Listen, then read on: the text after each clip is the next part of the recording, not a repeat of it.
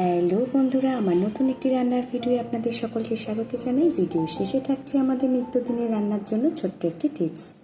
আজকে বানাবো গলদা চিংড়ির কালিয়া। 700 গ্রাম মতো ডিমওয়ালা গলদা চিংড়ি নিয়ে নিয়েছি। এই চিংড়ির স্বাদ কিন্তু আলাদা, সে আপনি এই চিংড়ি দিয়ে যাই বানান না কেন। চিংড়িগুলোকে এবার হালকা লাল করে ভেজে তুলে নেব। এরপর কড়াতে তেল গরম হয়ে গেলে পেঁয়াজ আদা রসুন বাটার পেস্টটা দিয়ে ভালো করে নাড়াচাড়া করে নিতে হবে। তেল ছেড়ে গেলে একে একে এই মশলাগুলো দিয়ে আবার ভালো করে নাড়াচাড়া করে নিতে হবে, যতক্ষণ পর্যন্ত মশলাগুলো ভালো করে ভাজা ভাজা না হচ্ছে। তারপর চিংড়িগুলোর পরিমাণ বুঝে জল দিয়ে ফোটাতে হবে। ভালোভাবে ফুটে গেলে ভেজে রাখা চিংড়িগুলো দিয়ে 5 থেকে 10 মিনিট মতো ঢাকা দিয়ে ফুটতে দিতে হবে।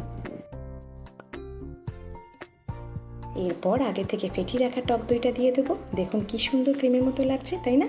সব শেষে একটু কসুরি মেথি দিয়ে ঢাকা দিয়ে বন্ধ গ্যাসে চাপা দিয়ে রেখে দিলেই রেডি চিংড়ির কালিয়া।